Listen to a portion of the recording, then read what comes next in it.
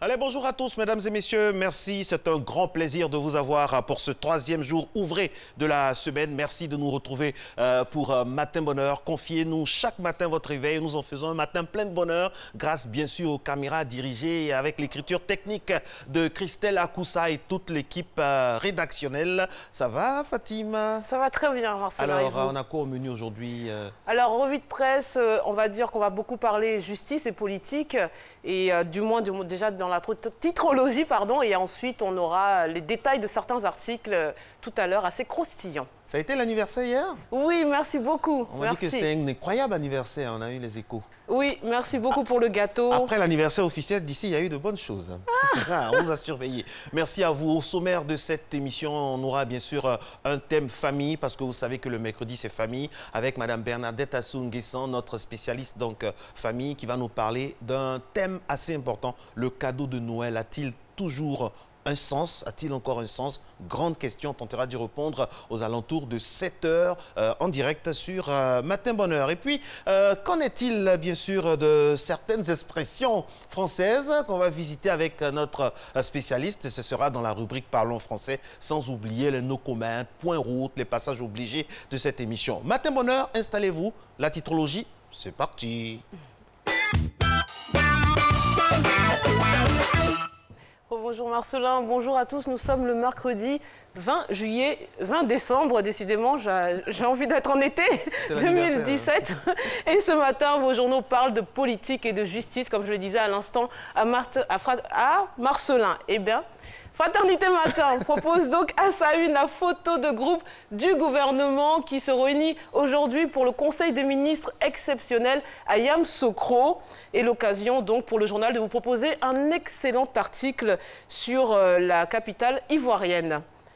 On parle politique politicienne à la une du Patriote qui affiche les portraits entre autres de Guy Kawé, de Jean-Louis Billon et du maire du Plateau avec ce titre « Tentative de sabordage du futur parti unifié, torpilleur, arrêtez ça », dit la couverture. Tandis qu'à la une du quotidien Le Jour, le RDR se dit prêt pour le combat et le journal donc publie les arguments du commando de Kandia Camara pour la présidentielle de 2020. Le Nouveau Réveil s'intéresse au procès d'Hubert Oulaye, jugé pour complicité d'assassinat. Il affirme, je le cite, « C'est Afi qui m'a fait arrêter ». Des accusations que reprennent plusieurs de vos journaux ce matin, vous le verrez dans vos kiosques. Et on va le voir tout de suite à l'image, le procès aux assises au tribunal du Plateau s'invite aussi à la une de Soir Info qui titre « Un document confidentiel de la DST mélange tout au procès d'Hubert Oulaye ». Les avocats de la défense se révoltent et claquent la porte. L'affaire des 7 casques bleus tués à l'Ouest est très logiquement aussi à la une du journal de l'opposition. Notre voix, la défense bloque le procès, titre donc le journal aujourd'hui. Et je vous propose donc de finir avec une touche sportive avec la Gazette qui titre « La Côte d'Ivoire organisera bel et bien la CAN 2021 ». On y voit le président de la République aux côtés du président de la CAF, Ahmad Ahmad. Voilà pour les titres et on se retrouve pour le détail de certains articles tout à l'heure aux alentours de 6 h 45. On sent que ça a été intense au niveau de l'anniversaire. Réveil difficile.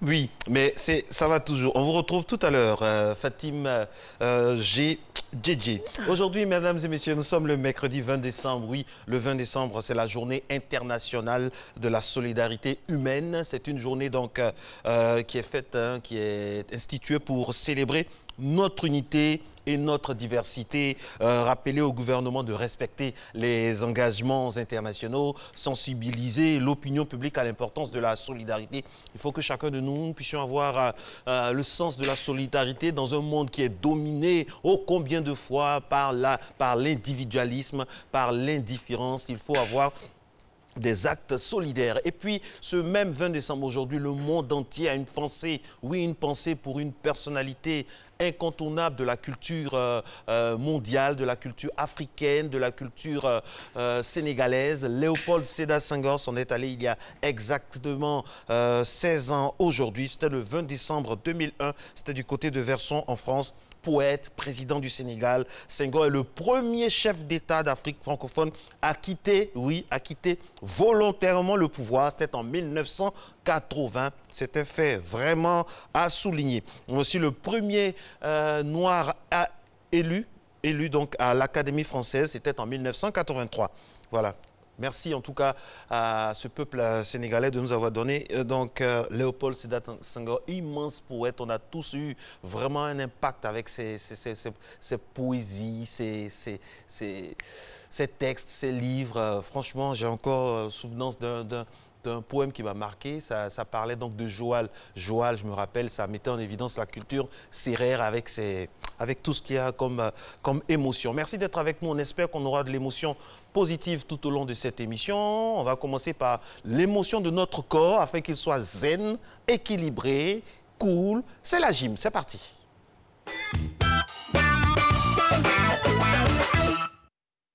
Bonjour Eva, bonjour Marco, bonjour chers téléspectateurs, bon mercredi, bienvenue à notre troisième émission de Strong by Zumba. Alors aujourd'hui on va encore aller un tout petit peu plus en profondeur dans la Strong by Zumba. Je vais vous faire bouger un peu plus, on va travailler aussi bien les jambes que les abdos au sol. Donc on aura des positions au sol, même chose, assurez-vous de ne pas avoir d'objet autour, d'être capable de placer les mains et de vous allonger tranquillement. Donc on va commencer par un petit échauffement. On va juste faire des petites rotations du haut du corps. J'espère que vous êtes prêts parce que ça va être un tout petit peu plus dynamique aujourd'hui. On va rester là, on va allonger un bras au-dessus de la tête, on revient.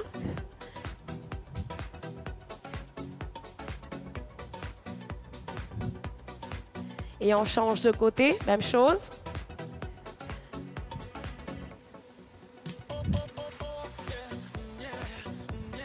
On pense à bien respirer. Excellent. On va ramener les genoux dans la poitrine. On s'assure de bien faire des mouvements au niveau du haut du corps pour nos bras. Et une petite dernière, vous allez m'emmener les mains au sol. Vous allez m'allonger les jambes. Et vous allez revenir. Et on va remonter, bras au-dessus de la tête. On va faire ça une autre fois. Mains au sol. On allonge les jambes, on s'assure de garder le bassin en haut et on ramène les jambes et on revient. Parfait. Alors, vous êtes prêts à commencer? Allez, c'est parti, on marche.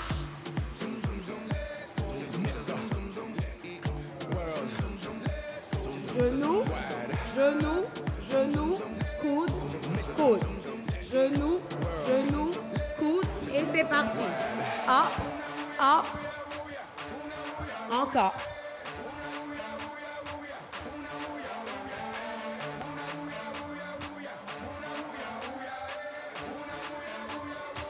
Demi-tour. Kick. Up. Up. Up.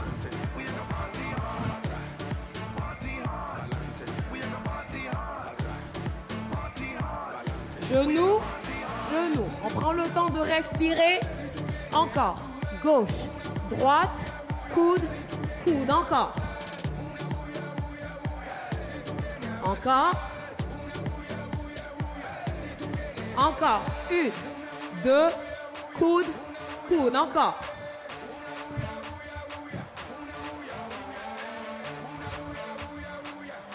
On se prépare. Cette fois, demi-tour à gauche. Kick, jambe droite. Frappe. Descend.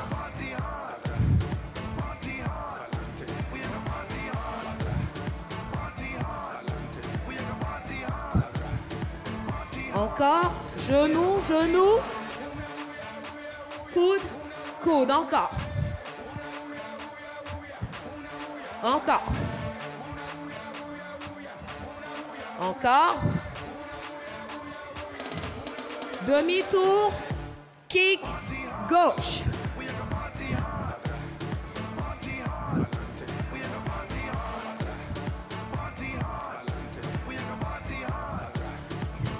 Et on repart.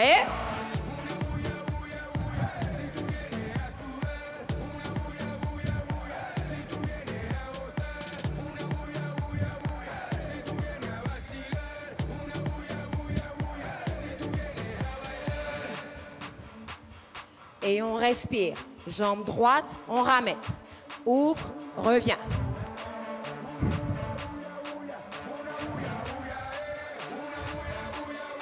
Demi-tour, gauche.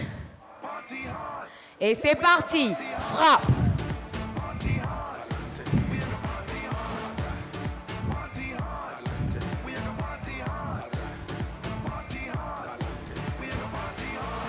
On reste.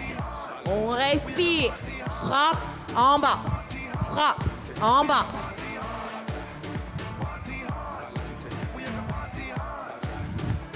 Et on respire. Ouvre, reviens. Respire.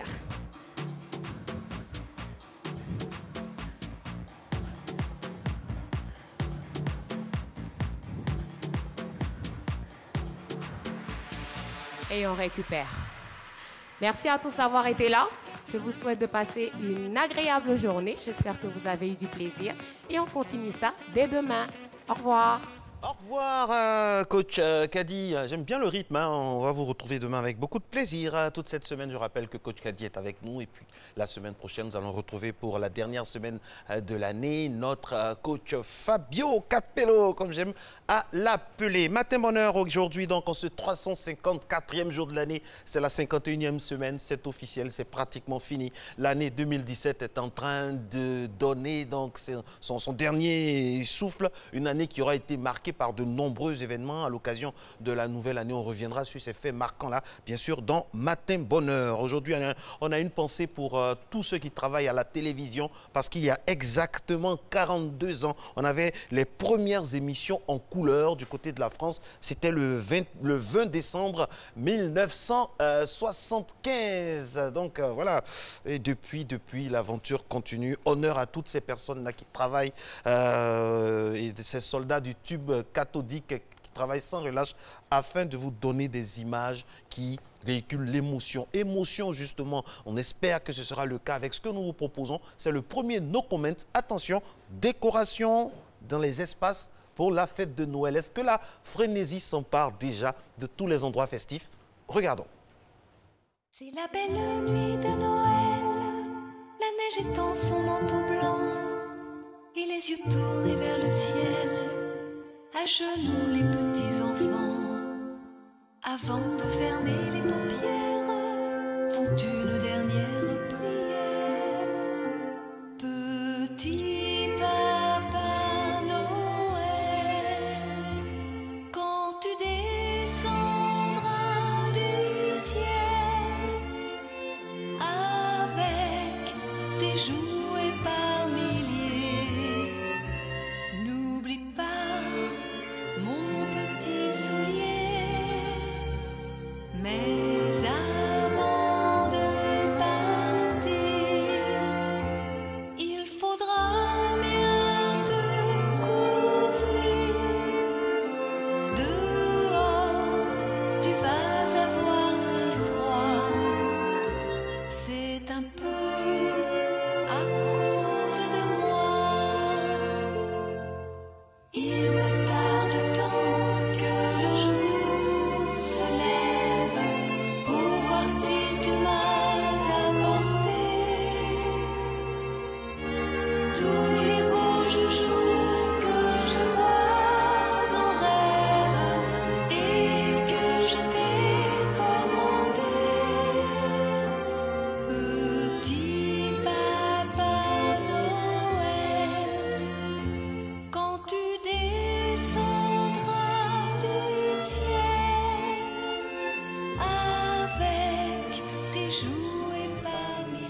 Allez, on s'empare tous de la frénésie de Noël. Vraiment que le Père Noël visite toutes les familles. On a une pensée pour toutes ces familles qui vivent dans des conditions difficiles, où la pitance quotidienne n'est pas du tout assurée. Des familles qui ont la pression du menu, ne serait-ce qu'un seul plat vraiment par jour. C'est à ces familles-là vraiment que nous pensons, l'équipe de Matin Bonheur pense à ces familles. On espère que le Père Noël viendra au sens propre comme au sens figuré dans ces familles afin que la Noël soit équilibrée et démocratiquement fêtée par toutes les familles de Côte d'Ivoire et du monde entier. Dans quelques instants, je vais vous proposer un Père Noël assez spécial. Oui, il nous vient du Brésil, si vous préférez, du Brésil. C'est le seul Père Noël diplômé et il distribue des cadeaux. C'est véritablement une affaire, un sacré numéro à lui tout seul. Ce sera dans quelques instants. Maintenant, je pense qu'il est temps de prendre la route.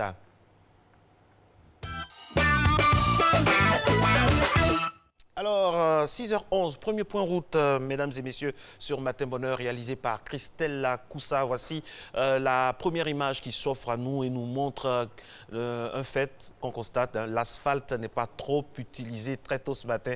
À 6h11, il n'y a pas de trafic. Ça nous permet de voir la beauté aussi des endroits de notre capitale administrative, Abidjan. On salue tous ceux qui sont à Yamoussoukro, notre capitale officielle, qu'on salue, à qui on fait un grand coucou. On aura bientôt des points route de Yamoussoukro.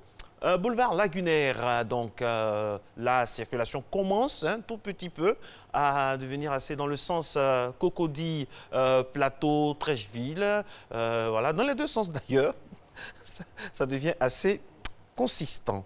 Et puis, est-ce qu'on a un autre tronçon à découvrir ce matin pour le point route? Oui, nous sommes à Trècheville, au cœur de la commune Nzassa, avec un trafic qui est vraiment proche du néant en ce moment. C'est-à-dire que la ville se réveille. Merci à vous d'être en notre compagnie. Je l'ai dit hein, lorsque j'égrenais le chapelet de passage, les principales manchettes de cette émission. Nous allons parler français comme tous les mercredis avec notre spécialiste, Madame Inao Oulaye Zappé Rachel.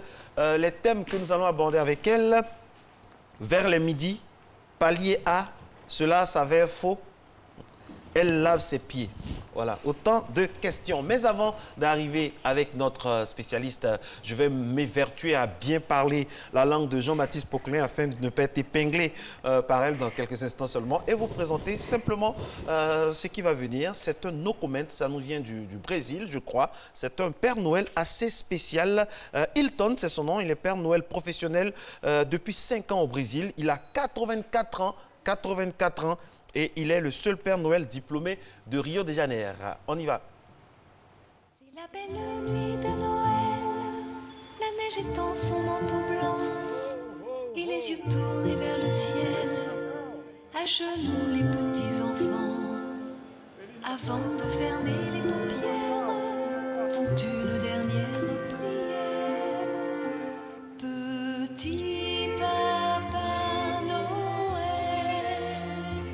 quand tu descendras du ciel.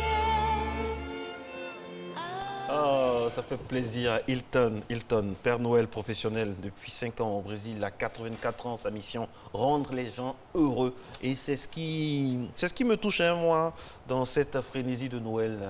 On a, malgré l'âge, il y a toujours quelque chose, hein, quand on entend cette chanson, c'est tout un pan de la vie qui revient, de notre enfance, n'est-ce pas, madame? Ah oui. Alors, est-ce que vous vous rappelez de votre premier Noël? Ça sera difficile. Ce serait difficile. Oh, Votre oui. premier cadeau? Une poupée. Une poupée. Oh oui. Une poupée africaine ou poupée européenne? Non, pas africaine, européenne. D'accord. Bonjour Madame Inao Oulaye Zappé Rachel, vous allez bien? Bonjour Marco. je vais Alors très aujourd'hui, je vous laisse parce que je ne vais pas parler pour faire des fautes. bien. Ah non, allons-y. Allons-y. Alors aujourd'hui, nous allons aborder les thèmes suivants. Vers les midis, palier A, cela s'avère faux, elle lave ses pieds. Yeah. On n'a pas de jingle, on va directement avec vous. Les pieds, on met les pieds dans les plats ou dans le plat? Dans le plat. Dans le plat. Ok. Vers les midis, première expression. Première expression, vers midi. J'avoue que quand nous prenons une journée, je crois qu'à l'intérieur d'une journée, nous avons une seule fois midi. Puisque midi en lui-même, qu'est-ce que c'est? C'est la moitié de la journée. Absolument. Et donc, quand on utilise ce terme en disant les midis, vers les midis, cela donne l'impression que dans la journée, nous avons plusieurs midis, alors que nous avons une seule fois midi. Donc, il serait intéressant de dire vers midi simplement. Tout simplement. Tout simplement. Vers midi. Vers midi. Éviter d'attribuer à midi le déterminant lait. Le cas où on peut lui attribuer le déterminant lait, c'est lorsque nous avons, peut-être dans le mois, nous voulons parler de tous les midis du mois. Il n'y a pas de problème, on peut dire tous les midis. Mais cette fois-ci, ce sont les midis du mois. Mais pas pour la journée, nous ne dirons pas les midis, mais plutôt vers midi, simplement. Vers midi, exit vers les midis, à moins qu'on parle de façon globale de tous les midis d'une période, du mois, de la semaine, voilà. Donc, retenu. Palier A. Palier A. Généralement, nous entendons certaines personnes utiliser cette expression. Mais il faut le dire, on ne pallie pas une difficulté, mais plutôt on pallie une difficulté. C'est-à-dire, on résout un problème. On remédie à une situation, mais on ne pallie pas à une situation. Donc, il serait intéressant d'employer le verbe pallier sans la préposition à. Exemple. Exemple. Nous avons l'éducation nationale. On dira que les difficultés des élèves, le ministère de l'Éducation nationale pallie aux difficultés d'échec des élèves en essayant de faire beaucoup plus de renforcement.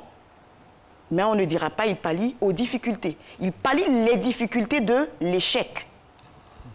Donc, désormais, lorsqu'on veut employer le verbe pallier, il faudrait lui enlever le substantif de la préposition à. Messieurs, dames, vous avez compris, donc désormais, il va falloir pallier ce dysfonctionnement de la langue. Voilà, merci, c'est ça. C'est bien appliqué. OK. Cela s'avère faux. Cela s'avère faux. D'abord, le verbe avérer, qu'est-ce que c'est? Qu'est-ce qu'il sous-entend? Quelque chose d'avéré, c'est quelque chose qui est déjà vrai, qui est vérifié. Alors, si il faut l'employer avec faux, du coup, nous-mêmes, on se dit et on dédie. Il y a une antinomie? Oui, exactement. Donc, on ne peut pas dire cela s'avère faux. Simplement, cela est faux. Cela est faux. Voilà. Je vais vous prendre un exemple. Cette femme a douté de l'innocence de ce monsieur. Et finalement, ses soupçons se sont avérés. Simplement. C'est-à-dire, ses soupçons se sont confirmés. Mais je ne veux pas dire... elle croyait, par exemple, à l'innocence de ce monsieur. Ses soupçons se sont avérés faux. Non. Ses soupçons se sont avérés. Simplement. OK. Donc ce qu'on doit retenir ici, c'est qu'un fait avéré, c'est un fait qui est vrai. Donc, on ne peut pas l'associer avec la notion de faux. Et quand on dit... Donc, ça ne se dit pas également, cela s'avère inexact. Quelque chose d'inexact, c'est quelque chose qui n'est pas vrai. Okay. Donc, cela est faux, cela est inexact. Simplement. Voilà, Simplement. Voilà. S'avérer, un exemple avec s'avérer tout court. Il s'avère que sa mère soit enceinte. Il est vrai que sa mère soit enceinte. OK. D'accord. On va terminer avec « elle lave ses pieds ». Elle lave ses pieds. Elle lave ses pieds. Ça, c'est une expression. Voilà, j'ai voulu qu'on revienne sur cette expression parce que communément, les gens l'utilisent et de façon gauche. Quand on dit « elle lave ses pieds », cela sous-entend que la dame en face de nous est en train de laver les pieds d'une tierce personne. Mais si elle fait l'action sur elle-même, il serait intéressant d'ajouter le pronom personnel réfléchi, qui montre que le sujet est en train de faire l'action sur lui-même. Donc, elle se lave les pieds, et non, elle lave ses pieds. Si elle lave ses pieds, alors ce sont les pieds d'autrui. Mais si ce sont ses pieds à elle, c'est elle se lave les pieds. Elle se lave les pieds, pas elle lave ses pieds. Elle se lave... Voilà. Non. Elle se lave les pieds. Elle se lave les pieds.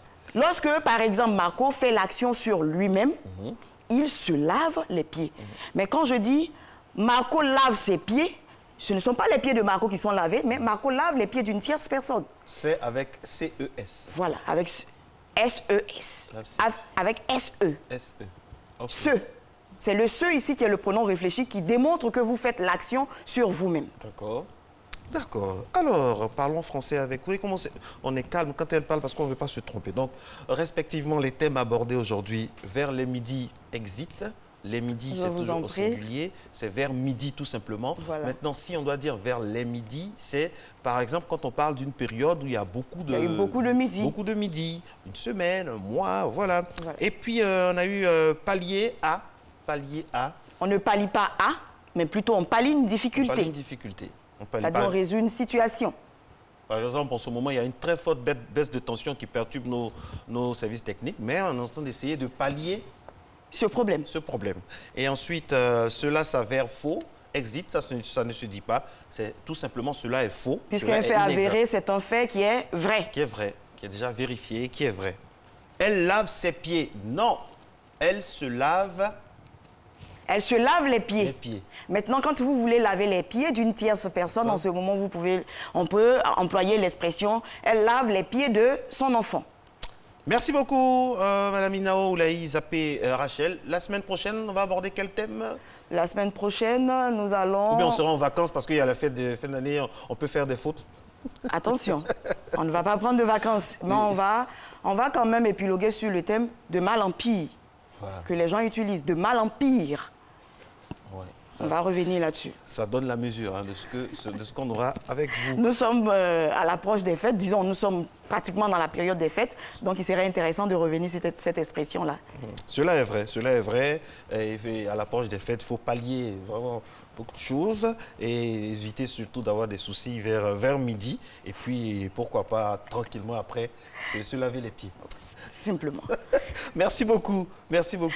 Merci, et puis, en Marco. même temps, je vous souhaite, on se verra la semaine prochaine, je vous souhaite une très très bonne fête de Noël. Merci à vous pareillement. Joyeux Noël ou bien joyeuse Noël? Joyeuse fête de Noël, joyeux Noël. Un Noël. Un Noël? Oui. On dit un Noël. Un Noël. Ok. Donc Guy Noël qui s'occupe de la grue ici, donc c'est ça maintenant, Guy Noël. Une fête de Noël. Donc joyeuse fête de Noël. Généralement, cela se tolère la Noël en rapport, en relation avec la fête de Noël. Ouais, la nativité. Voilà, la nativité. La nativité, d'accord. Allez, joyeux Noël à vous. Merci, Marco. Joyeuse fête de Noël. On vous souhaite tout le bonheur du monde. À vous, pareillement, Marco. On vous retrouvera donc la semaine prochaine à quelques encablures de l'année 2018. Le point route maintenant, autre édition, c'est parti. Est-ce qu'on peut avoir un autre point route pendant qu'il est... Oui, Sokosé, merci Christelle Akoussa. Sokosé, il est 6h23, pardon, du côté de Cocody, boulevard Latry. Dans quelques instants, on aura le journal, mais avant, on a la physionomie de la circulation. Le jour est en train de se lever, forte coupure de courant, baisse de tension. Voilà, mais bon, nous allons aller jusqu'au bout, jusqu'à 7h. Et 30 minutes aujourd'hui, mesdames et messieurs, n'oubliez pas que c'est le 354e jour de l'année. Nous sommes dans la 51e semaine. On célèbre aussi un écrivain que j'aime bien. Il s'appelle John Steinbeck, l'auteur de La Perle, un écrivain qu'on aime beaucoup, qu'on célèbre aujourd'hui. Voilà. Donc, on est de tout cœur avec tous ceux qui aiment bien sûr cet auteur. Et puis aussi un auteur africain, homme politique, un poète, mais vraiment tout ce qu'il y a de plus représentatif de la beauté, de la bonté africaine. Léopold Sédar Senghor, on a une pensée pour lui et ce grand peuple du Sénégal qui vraiment nous permet de rythmer notre culture, notre lecture par lui. Point route, on y va. Ok, ça va maintenant.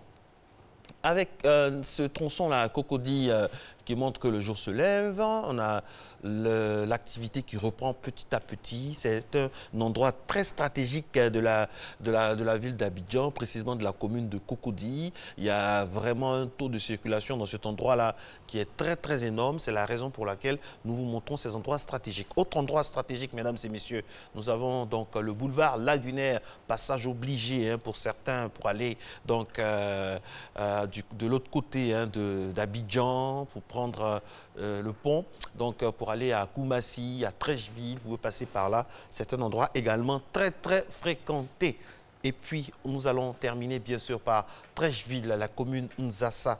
Treichville donc qui nous montre un temps plus clair, menace de pluie, l'harmattan a eu un peu pitié donc des gens ces derniers jours. Donc on reste dans cette inauguration. À suivre dans Matin Bonheur, dans quelques instants seulement, on aura le journal présenté par Monsieur Hamza Diaby, sans oublier la météo avant, toutes les informations que vous devez savoir. Juste au retour, on aura Fatim Djedje pour la revue de presse. Et puis, dans la dernière ligne droite de cette émission, bien sûr, Madame Bernadette Assou-Nguessan, le thème aujourd'hui, le cadeau a-t-il toujours un sens? Vous êtes à Matin Bonheur et vous avez raison.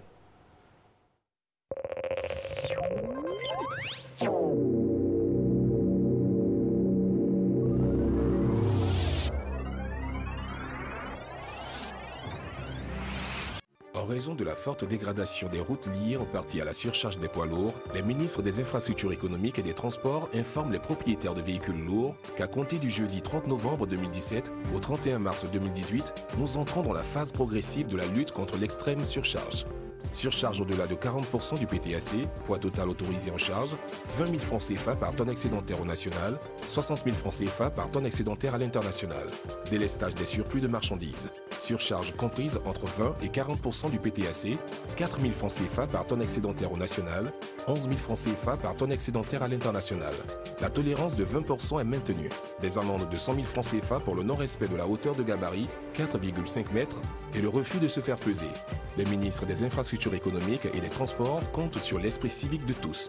Pour plus de renseignements, adressez-vous au Fonds d'entretien routier au 20 31 13 05 ou le 22 51 00 70.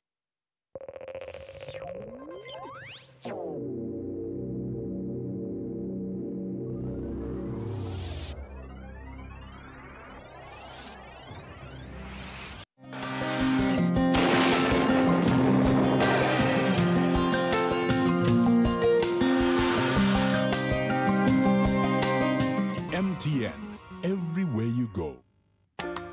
Mesdames et messieurs, bonjour. Pour cette matinée, les vents froids et secs chargés de fines particules de poussière seront présents dans la partie nord du pays. Le ciel sera peu nuageux, voire même clair. En allant vers les régions plus au sud, le brouillard provoquera des réductions de visibilité très tôt le matin. Avec le lever de soleil, ce temps fera place à un temps simplement nuageux. Quelques averses pouvant perturber le temps en cours de matinée dans la région forestière et celle du littoral. Les variables de la matinée, on aura 26 degrés comme maximale sur la ville d'Abidjan et celle d'Adiaké, 23 degrés à Bondoukou, à Boaké ainsi qu'à Daloa, 22 degrés à Dambokro, Gagnoa et Korogo, 21 degrés de minimale à Mandon le Tonkui, 32 degrés à Odiéné, 25 degrés à San Pedro Sassandra Tabou, enfin 24 degrés à Yamoussoukro. Pour l'après-midi, vers la fin de la matinée ou en début d'après-midi, les nuages présents dans le ciel pourront s'intensifier et donner des précipitations par endroits, parfois même accompagnées d'orages. Partant vers les frontières du nord du pays, le ciel sera poussiéreux avec la présence de vents secs. Les variables de l'après-midi à présent, on notera 31 degrés, ce sera la minimale sur les villes d'Abidjan, comme celle d'Adiaké, 34 degrés de maximale à Bondoukou et sur la ville de Boaké, 33 degrés à Daloa, 34 degrés à Dambokro, il fera 33 degrés à Gagnoa, 34 degrés à Korogo, 32 degrés à Man, 34 degrés à Odiéné, 31 degrés à San Pedro Sassandra Tabou, enfin 33 degrés à Yamoussoukro. Très bonne journée à toutes et à tous.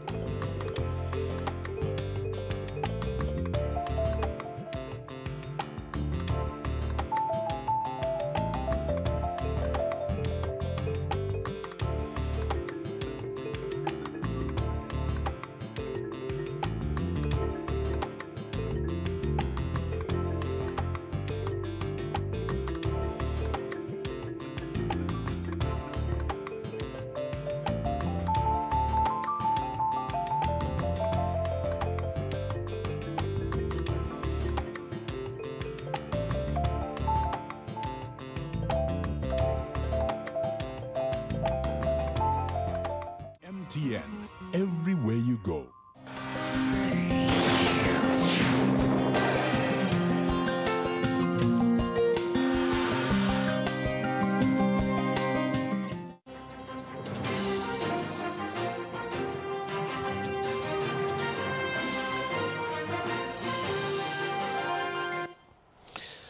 Bonjour mesdames et messieurs, bienvenue dans ce 6h30. Le président de la République Alassane Ouattara est arrivé hier après-midi à Yamoussoukro où il présidera ce mercredi matin un conseil des ministres.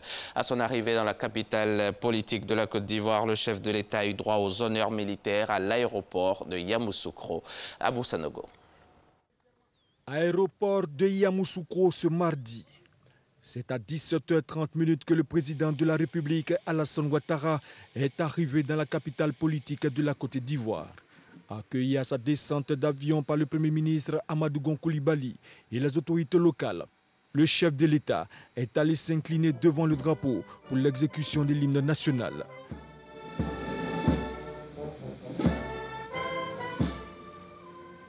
Puis le président de la République, Alassane Ouattara, chef suprême des armées, a eu droit aux honneurs militaires dus à son rang.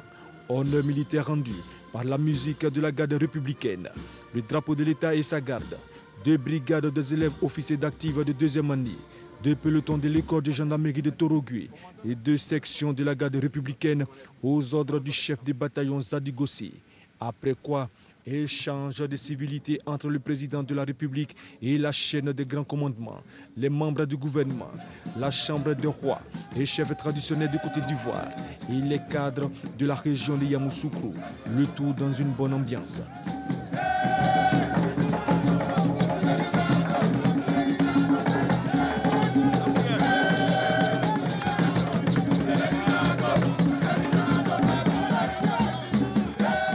Le président de la République, Alassane Ouattara, présidera ce mercredi un conseil des ministres suivi d'une rencontre avec la Chambre des rois et chefs traditionnels de Côte d'Ivoire.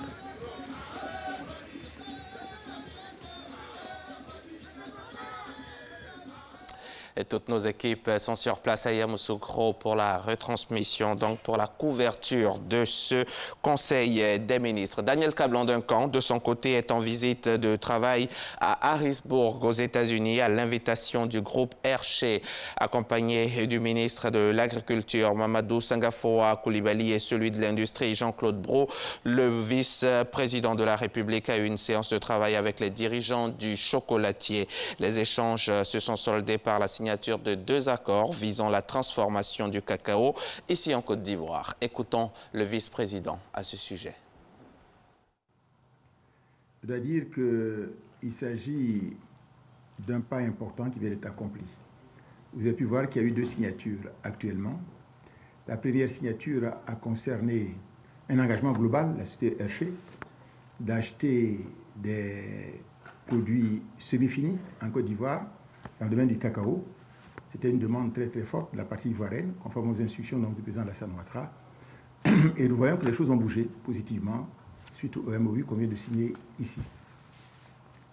Il est aussi indiqué dans le document qu'ils vont donc appuyer les petits transformateurs ivoiriens de manière à pouvoir exporter, disons, des produits aussi semi-finis au niveau de la Côte d'Ivoire. En plus donc de travailler avec les grosses unités qui existent déjà au niveau de la Côte d'Ivoire. Il faut d'ailleurs indiquer que pour le moment, on a noté depuis quelques années qu'ils ont doublé leurs achats de produits semi-finis en Côte d'Ivoire, passant déjà de 5% des achats à 12% déjà. Donc c'est une excellente chose qui vient d'être faite. Deuxième point, il y a, disons, que la signature d'un document relatif donc à l'implantation d'unités en matière donc d'aliments nutritionnels pour les enfants qui ont des problèmes d'anémie. Et l'implantation de cette usine va se faire assez rapidement, dans un délai maximum d'1 an, de manière à ce que ça soit opérationnel au niveau de la Côte d'Ivoire. 25 000 enfants dans les cantines ou ailleurs que les problèmes d'anémie vont être nourris à partir donc de cette, disons que cet aliment-là qui est vraiment important pour la Côte d'Ivoire. Et plus tard, si les choses marchent bien, pourquoi pas ne pas fournir des éléments pour la sous-région ouest-africaine. Voilà un peu le sens de ces signatures.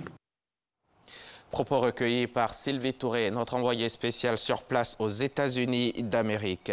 De retour ici en Côte d'Ivoire, elles sont âgées de 15 à 35 ans, analphabètes et déscolarisées pour la plupart. Et pour subvenir aux dépenses familiales, elles deviennent gouvernantes, nounous dans les ménages. Employées de maison, souvent dans des conditions de travail jugées pénibles avec un bas salaire, le métier reste assujetti au secteur informel. Quelle réalité pour ce personnel de maison? maison. Quelle carrière d'avenir dans ce métier? Gouvernante, nounou, bonne, réalité d'une carrière éphémère. C'est un document signé Christelle Menant et Salimatou Dia du service des grandes enquêtes de RTI 1. 19h, Koumassi Sikoji, Bia Sud, sur une des rives de la lagune Ébriée. En face, Adjaoui. Pour rejoindre la presqu'île, chaque soir, une cinquantaine de travailleurs font la traversée à bord d'une pinasse. À Adjaoui, les loyers sont bas, très bas, à la portée des revenus très modestes. C'est le sort de Zéya, Sita et Safi, venus de leur Burkina Faso natal et depuis 7 ans, travailleuses domestiques à Abidjan. Il y a une tante ici, elle est arrivée chez nous.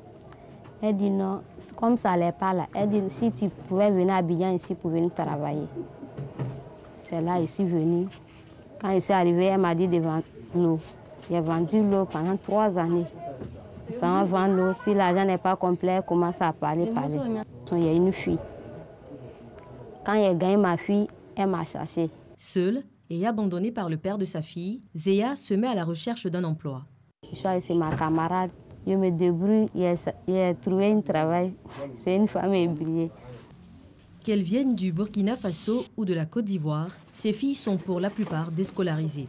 Âgées de 15 à 30 ans, elles sont nounous, bonnes, cuisinières pour soutenir leur famille. Travailleuses domestiques, c'est le premier métier vers lequel elles se tournent.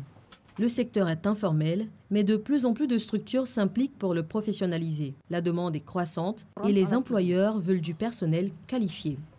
Voici la cuisinière à gaz. Une cuisinière à gaz. OK? Voilà. Nous avons combien de feux? Nous avons 5 feux. D'accord? Et ensuite, nous avons le four. D'accord? Le four qui sert à... L'apprentissage dure 6 mois. À la clé, un diplôme. Les gens courront après vous, parce que vous allez valoir très cher. J'en suis sûre. Parce que c'est un métier qui peut bien payer.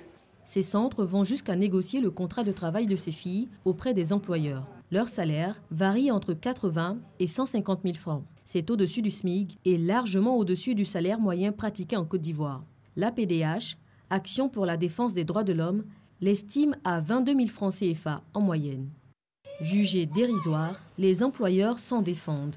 Ce salaire ne prend pas en compte l'hébergement, la nourriture et même les soins médicaux souvent accordés à ce personnel. Mais quel est le sort de ces employés après 20 à 30 années de service? Quelle retraite espérer? La quarantaine révolue, Valérie a longtemps été travailleuse domestique. À l'époque, j'étais payée à 10 000, 15 000, 20 000, 25 000. Je ne payais pratiquement rien et très souvent, je dormais chez mes patrons. Je peux dire que, étant jeune fille, ça me suffisait. 20 ans après, son nom ne figure nulle part dans les registres de l'institution de prévoyance sociale, la CNPS. Pas déclaré, pas de pension. Valérie est obligée de travailler encore pour arrondir ses fins de mois. Avec un avenir incertain, le métier de personnel de maison expose aussi à certains abus.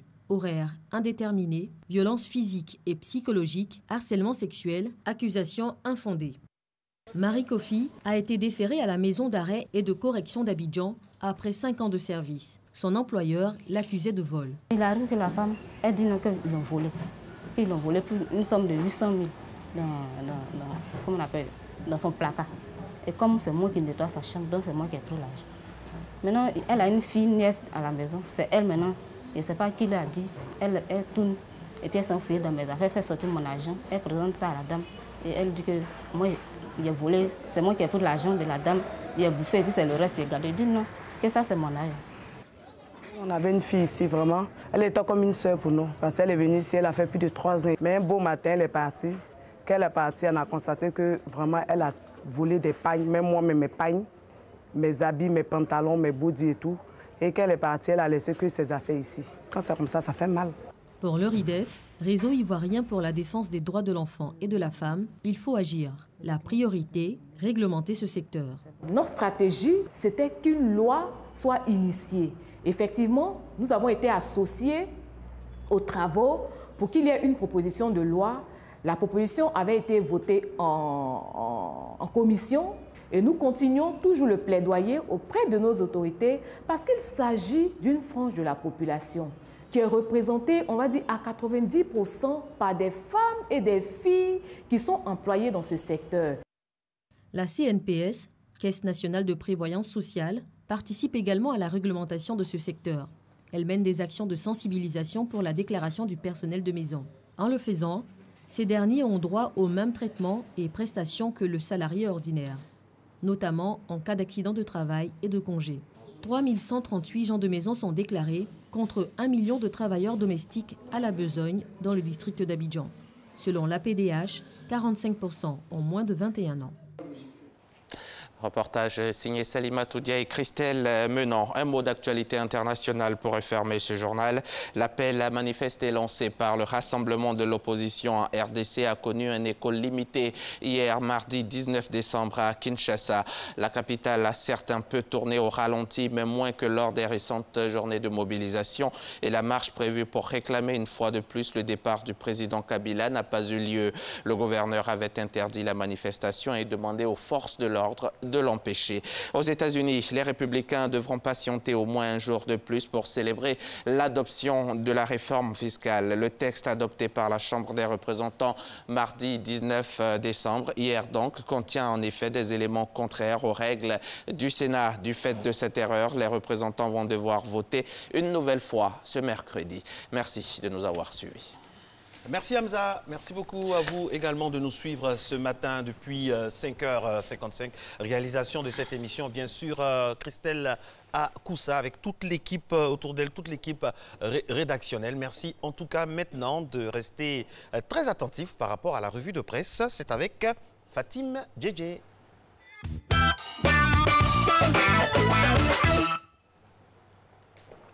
Oui, désolé. On va démarrer avec Allo Police qui fait le point sur l'agro-business. Yapi Christophe Honoré, PDG d'Agronomix, avait annoncé il y a quelques mois qu'il publierait le chronogramme du paiement de retour sur investissement, les fameux RSI, en novembre dernier. Mais finalement, c'est le 13 décembre qu'il aurait réapparu en publiant un chronogramme précis des remboursements que vous allez voir apparaître à l'écran, dont je vous laisse prendre connaissance. Toutefois, Anoma Yapi, président d'association des souscripteurs, affirme, je le cite, « Le chronogramme est bidon et ridicule. D'abord, le communiqué, bien qu'il soit signé de Yapi Christophe depuis Paris, n'est pas de lui. Ce sont ses suiveurs basés à Paris qu'il paye pour endormir les souscripteurs. Ensuite, Yapi n'a pas pu payer les souscripteurs d'Agronomix Canada. Alors, comment peut-il payer les RSI ?» L'intelligent d'Abidjan relate un drame et ça se passe à Agboville. C'est le décès de Zamba à Ouanguié, village de la sous-préfecture d'Agboville. Son père biologique, Amanvier, raconte ce qui s'est passé. Nous sommes venus pour les funérailles d'un parent. Mon fils Zamba a eu à courtiser une jeune fille. Le copain de la jeune fille du nom de Charles a mis en garde mon fils. Il s'en est suivi une bagarre que Zamba a gagnée. N'ayant pas digéré cette défaite, le copain est revenu avec des amis armés de machettes. Ils ont poursuivi le jeune homme, l'ont frappé et donc sauvagement à coups de machette avant de le tuer. Malheureusement, triste affaire. L'Inter révèle les dessous de l'éviction du numéro de Canal. De Canal+. Oui. C'est le numéro 2. Le 15 octobre dernier, la chaîne cryptée diffuse en France un reportage sur les manifestations de l'opposition togolaise contre le président Faure Gnassingbé. Mais rapidement, il y a eu des instructions en interne à Canal+, de l'enlever du replay canal, de l'enlever de la chaîne YouTube pour que plus personne ne puisse le visionner. C'est totalement inhabituel, c'est une véritable censure, explique donc Jean-Baptiste Rivoire, rédacteur en chef à Canal+, et élu du personnel au comité d'entreprise et membre du bureau de la Société des journalistes de la chaîne cryptée. Alors, quelles sont les raisons? La direction n'a pas apprécié que le reportage critique Faure Gnassingbé, un président avec qui Vincent Bolloré, le propriétaire du groupe Canal+, entretient d'excellents rapports. C'est notamment lui qui lui a accordé en 2010 la concession du port de Lomé pour 35 ans. La presse sud-africaine revient sur la victoire de Cyril Ramaphosa à la tête de l'ANC. Dans un portrait du nouveau président de l'ANC, le quotidien économiste sud-africain Business Times écrit « C'est le rêve de toute une vie qui se réalise donc pour Cyril Ramaphosa, de son rôle de syndicaliste à celui d'homme d'affaires capitaliste et de politicien. Le vice-président sud-africain a toujours eu ce poste en ligne de mire. Celui qui fut considéré comme le dauphin de Nelson Mandela arrive à la tête de l'ANC avec seulement 179 voix d'avance sur sa rivale Nkosazana Dlamini Zuma et soutenu par son ex-mari, le président Jacob Zuma. Cyril Ramaphosa a maintenant la lourde tâche de mener le parti majoritaire aux élections de 2019, mais il hérite d'une organisation mal en point. Malgré les promesses d'unité proférées par les dirigeants de l'ANC, ce vote n'a pas effacé des lignes de fracture qui divisent encore le parti. Des barons proches de Jacob Zuma ont même été élus à certains postes clés de l'exécutif. Le top 6 de l'ANC qui promeut l'unité en surface pourrait en fait compromettre la lutte contre la corruption au sommet de l'État, souligne donc le Daily Maverick sud-africain. Mesdames, attention, on parle de beauté, mais c'est dans l'insolite. Oui, après la mode des sourcils ondulés et des extensions de poils de nez, oui, vous avez bien compris, la dernière tendance beauté est encore complètement loufoque. Il s'agit des sourcils sapins de Noël, un concept qui a tout de même réussi à se dire de nombreuses maquilleuses et blogueuses à en voir tous les posts sur Instagram. Vous allez justement voir celle par qui tout est arrivé. Va apparaître à l'image. C'est Taylor qui a lancé cette drôle de mode via une vidéo postée sur YouTube le 5 décembre dernier. Elle a été vue plus de 145 000 fois et pas moins de 12 000 likes. La vidéo devenant virale, eh bien, elle a inspiré beaucoup d'entre elles. Vous allez voir encore d'autres photos de ces fameux sourcils sapins de Noël. Alors, je ne sais pas si ça plaît à Marcelin, il va nous le dire.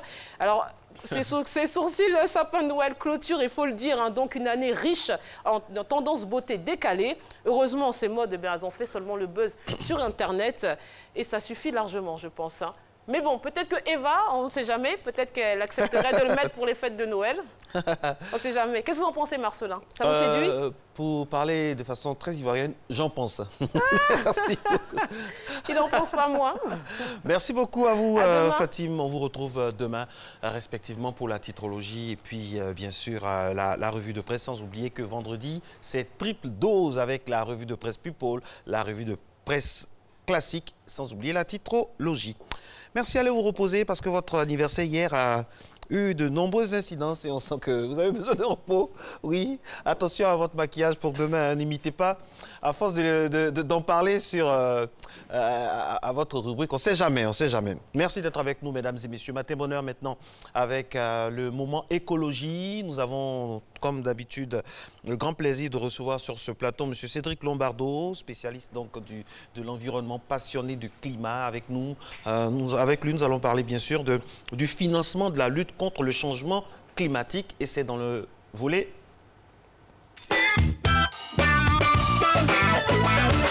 Cédric Lombardo, bonjour. Oui, bonjour. Alors, on va parler environnement, écologie, mais financement, avec beaucoup de sommets en ce moment. On parle beaucoup environnement. Déjà, c'est bon déjà, parce qu'au moins, l'attention reste focalisée, mais il faut plus, il faut des actes concrets, et ça passe irrémédiablement par le financement. Absolument. Là, on vient d'avoir donc le One Summit Planet qui a eu lieu à Paris, qui s'est terminé le 12 décembre 2017. Et ce sommet avait été organisé en réaction à la sortie des États-Unis de l'accord de Paris, le fameux COP 21. Donc, ce qui s'est passé, c'est que lorsque les États-Unis ont annoncé le retrait, on avait fait face à une défection d'un des plus grands participants à la lutte du changement climatique, grâce notamment à l'action de Barack Obama. Et une des grandes questions qui s'est posée, c'est comment allons-nous maintenir les engagements qui ont été pris lors de la COP 21 ? Alors, pour mémoire, on avait 3 principaux engagements qui avaient été pris. Le premier, tout faire pour que jamais la température moyenne de la planète ne dépasse plus 2 degrés Celsius au-dessus de ce qu'on savait mesurer avant l'ère pré-industrielle. Le deuxième grand engagement, c'était que tous les pays allaient pouvoir s'engager dans la lutte contre le changement climatique, les pays développés, mais aussi les pays en voie de développement, bien sûr en tenant compte des circonstances de chacun. Et enfin, le troisième engagement, c'était de mettre sur la table 100 milliards de dollars par an à partir de 2020 pour que les pays en voie de développement puissent lutter contre le changement climatique. Et le départ des États-Unis, c'était malheureusement un coup de canif sur l'accord de Paris. Alors, le départ des États-Unis, évidemment, ça pose des soucis, mais au niveau financier, parce qu'il faut rappeler que les États-Unis étaient derrière beaucoup de projets et donc leur défection, leur absence, est-ce que ça peut se rattraper concrètement? Alors c'est justement un petit peu ce que le président Macron a essayé de faire. On a appris le 12 juin 2017 que les États-Unis allaient quitter l'accord de Paris. Aussitôt, il a fait une annonce de presse en disant qu'il allait rencontrer plusieurs de ses homologues chefs d'État ainsi que les grandes organisations internationales. Et on a eu le 8 juillet 2017, lors du G20, l'annonce par le président Macron qu'aurait lieu le One Summit Planet à Paris, le 12 décembre 2017, donc qui vient d'avoir lieu, et que cet accord, ce sommet, serait lui concentré sur la finance, sur le financement. Donc, au titre de cet accord, on avait pratiquement 4 principaux engagements qui étaient mis en place, ou plutôt 4 objectifs clés qu'il fallait atteindre. Le premier objectif, c'était changer l'échelle de la finance du climat. Jusqu'à présent, on parlait beaucoup de financement de la part des États au niveau des États. Et là, ce qui a été proposé, c'est de dire, puisque nous avons un État qui fait défaut, mais regardons nos villes, nos départements, nos régions, qu'est-ce que chacun peut faire pour essayer de compenser un petit peu ce qui va se passer. Rappelons entre parenthèses que les États-Unis, c'est une somme d'États fédérés. Et que même si l'État fédéral de Donald Trump décide, lui, de se retirer, la Californie, c'est le poids économique de la France. Donc si la Californie fait autre chose, on va avoir des résultats. Si une ville comme Atlanta, Chicago se mettent à faire des choses, on aura des résultats. Donc premier point, changer l'échelle de la finance. Deuxième point, verdir la finance. L'argent, c'est le nerf de la guerre. Donc, qu'est-ce qu'il faut qu'on fasse? Il faut simplement qu'on arrive à convaincre les investisseurs de ne plus investir dans un développement qui ne peut pas durer, un développement qui pollue notre planète, pour investir à la place sur un développement qui va au contraire sauver l'humanité. L'argent, c'est le nerf de la guerre, l'argent, c'est le nerf de l'environnement. Récemment, en France, il y a énormément de sociétés qui se sont engagées à mettre des finances dans l'environnement, mais de façon pratique. Et ça, c'est un bon point. C'est exactement ça. Et c'est en fait le résultat du sommet que nous avons à Paris. Notamment, il y a 12 engagements qui ont été pris. On ne va pas tous les citer, mais il faut retenir par exemple l'engagement numéro 2 qui, lui, était destiné à lutter contre les effets du dérèglement climatique sur les ressources de la Terre et sur les ressources en eau. Donc ici, par exemple, vous avez un engagement de 650 millions de dollars qui a été pris par l'Union européenne, par la Fondation Bill Gates, en vue de financer justement les différents résultats. Et là, on a quelques éléments qui sont prêts à la vidéo. Donc peut-être qu'on peut, le commenter. En fait, ce que vous voyez ici, c'est simplement la courbe de la hausse des températures qui était en rouge. Quand les scientifiques ont essayé de comprendre pourquoi les températures montaient, ils ont recherché dans l'atmosphère quelle en était la cause. Et cette cause, c'est la courbe bleue qu'on appelle les gaz à effet de serre, gaz polluants. Et le but du jeu, c'est que tous ces gaz polluants, on le sait qu'ils sont liés à nos activités économiques, principalement l'énergie, le transport, et ça on le sait malheureusement, notamment nous à Abidjan avec les véhicules polluants, l'agriculture et la foresterie, car la déforestation empêche la planète de respirer, l'industrie et d'autres secteurs comme l'habitation résidentielle, la gestion des déchets, etc. Donc lutter contre le changement climatique, c'est faire en sorte que ces activités économiques que vous voyez à l'écran soient des activités qui deviennent non polluantes. Donc, et le plus important, c'est l'énergie. Donc, à partir de là, le président Macron a décidé d'organiser ce fameux sommet de Paris. Nous avons quelques images qui sont en train de passer en ce moment à l'écran. Et je pense que ça faisait suite notamment à ce qui s'est passé, excusez-moi, je me rattrape aux images, à ce qui s'est passé notamment avec l'accord de Paris qui avait été largement salué en 2015, puisque c'était la première fois qu'on avait enfin un grand engagement qui était pris. Donc ici, justement, on nous rappelle les fameux engagements de Paris. Premièrement, ne pas dépasser 2 degrés Celsius, rester sous 2 degrés Celsius, mais en fait, on voudrait même faire ne pas dépasser les fameux 1,5 degrés Celsius. Deuxièmement, tous nos pays développés vont montrer la voie en réduisant leurs émissions de gaz à effet de serre. Cet engagement s'applique aussi naturellement aux pays en voie de développement, puisque même la Côte d'Ivoire a présenté des stratégies lors de la COP21 à Paris pour y arriver. Le troisième point clé, c'était justement d'arriver à mobiliser au moins 100 milliards de dollars par an en faveur du développement durable à partir de 2020. Oui, effectivement. Voilà. Et le grand coup de canif, le grand malheur que nous avons eu en juin 2017, le 12, c'était lorsque Donald Trump a annoncé le retrait de l'accord de Paris. Et c'est ça qui a déclenché une stratégie de lutte de la part de Macron en disant mais comment allons-nous parvenir à sauver ce fameux accord de Paris ? Si vous vous souvenez notamment ce que Macron avait fait un petit peu comme intervention à Ouagadougou, il avait justement dit attention, l'Afrique fait face à plusieurs défis cumulés, l'augmentation de la démographie, le changement climatique, le développement, et jamais aucun continent n'a eu autant de défis simultanément au même moment. Et là, ce que vous avez en ce moment comme image à l'écran, c'était justement la fameuse annonce lors du G20 par Emmanuel Macron qui disait qu'après la consultation de ses homologues lors du G20, de la Banque mondiale, il allait y avoir le fameux sommet de Paris. Donc ce sommet, on a quelques images qui passent à l'écran. Il avait principalement 4 grands objectifs, nous l'avions dit déjà en introduction. Premièrement, changer l'échelle de la finance pour l'action climat, donc ne plus rester simplement à l'échelle des États, mais passer aussi à l'échelle des collectivités territoriales. Deuxièmement, verdir la finance en faveur d'une économie durable. Comme on le disait tout à l'heure, l'argent, c'est le nerf de la guerre. Donc voir comment lever d'autres stratégies de financement pour ne plus dépendre simplement de la bonne volonté des États. Troisièmement, engager, accélérer l'action locale et régionale en faveur du climat. Une ville, un département, une région ont des capacités d'action et ensemble, ils peuvent parvenir à changer pas mal de choses dans la lutte contre le changement climatique. Et quatrième point qui est important aussi, c'était de renforcer les politiques publiques pour la transition écologique et solidaire. Les déclarations mondiales, c'est bien, mais nous avons aussi besoin d'actions concrètes au niveau local, au niveau des villes, justement pour être capable d'engager des stratégies de développement. On peut prendre l'exemple du métro, par exemple, pour la Côte d'Ivoire. Un métro qui se met en place, ça va être largement moins de véhicules polluants sur la route. Donc, ce sont un petit peu ces solutions. Normalement, mais déjà, on aura moins de personnes dans les woro-woro. Ça, c'est une bonne nouvelle. Ah oui. Qu'est-ce que l'Afrique gagne?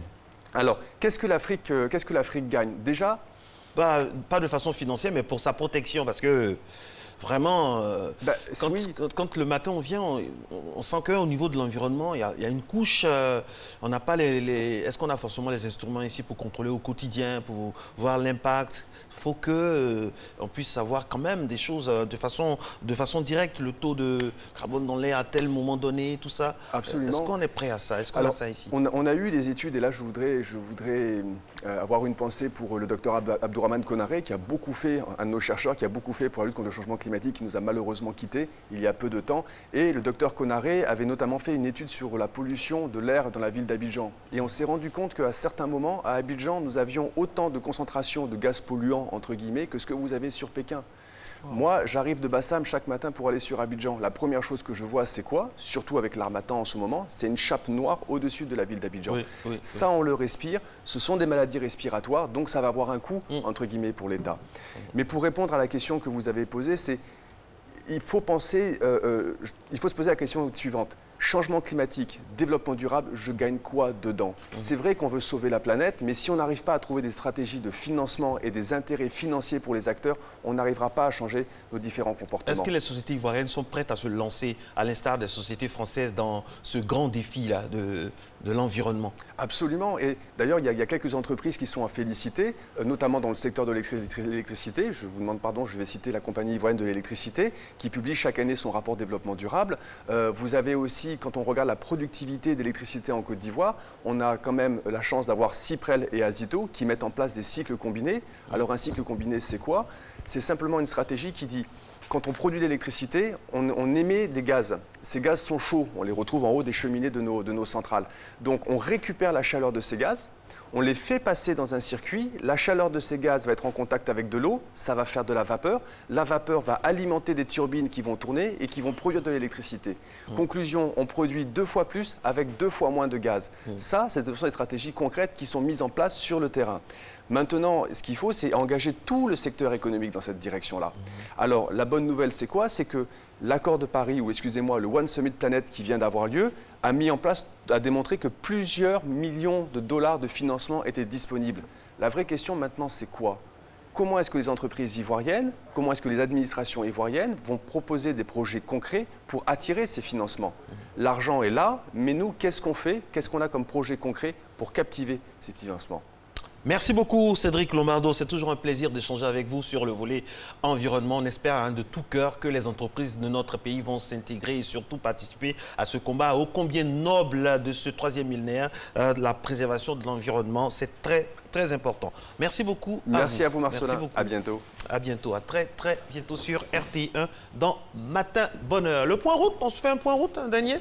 Ou bien on va directement à la pub, ça dépend de vous. Moi, je suis preneur, Allez. Christelle Akoussa, aux commandes de toutes choses.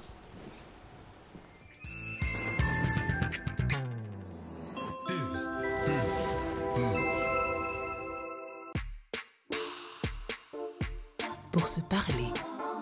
De la menthe, de la fraîcheur, du fluor, de la blancheur, du calcium, de la protection. Pour lutter contre les caries et garder des dents fortes. Dentigel par amour. Sivop. Pour consulter mon crédit, je crois que c'est... non, ça c'est pour consulter mon volume internet. Pour le crédit, c'est plutôt... Plus de tracas. Avec ton application Move Service Plus, accède à tous les bonus de Move en une touche. Surveille ta consommation et réalise ainsi des économies sur ton usage des SMS, des appels et de l'Internet. Va sur Google Play ou Play Store, télécharge et profite. Move, no limit.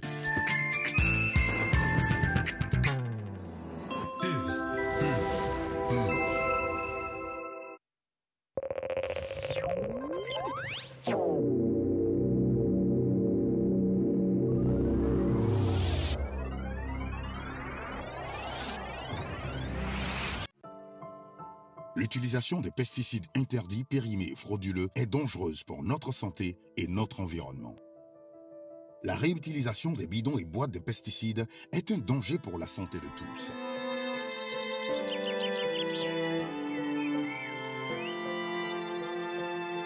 Attention, les résidus de pesticides interdits, périmés et frauduleux contaminent nos aliments. Agriculteurs, applicateurs, revendeurs des pesticides, de nombreuses maladies proviennent de l'utilisation des pesticides interdits, périmés et frauduleux. Ils sont dangereux pour nous tous. Ensemble, disons non à leur commercialisation et leur utilisation. Ceci est un message du projet de gestion des pesticides obsolètes de Côte d'Ivoire, Progepsi. Innov Event présente pour une grande première en Côte d'Ivoire et en Afrique de l'Ouest, Abidjan Mousse Party 5 à 14 ans. La plus grande mousse party pour enfants jamais réalisée. Les 22 et 23 décembre au parking de Place Palmeraie de 14 à 20h. Au programme, projection de mousse, de neige, de bulles, manège et toboggan. Ticket d'entrée unique 5000 francs CFA disponible dans les magasins Carrefour Marcory et Carrefour Palmeraie. Infoline 08 91 36 20. Sécurité garantie.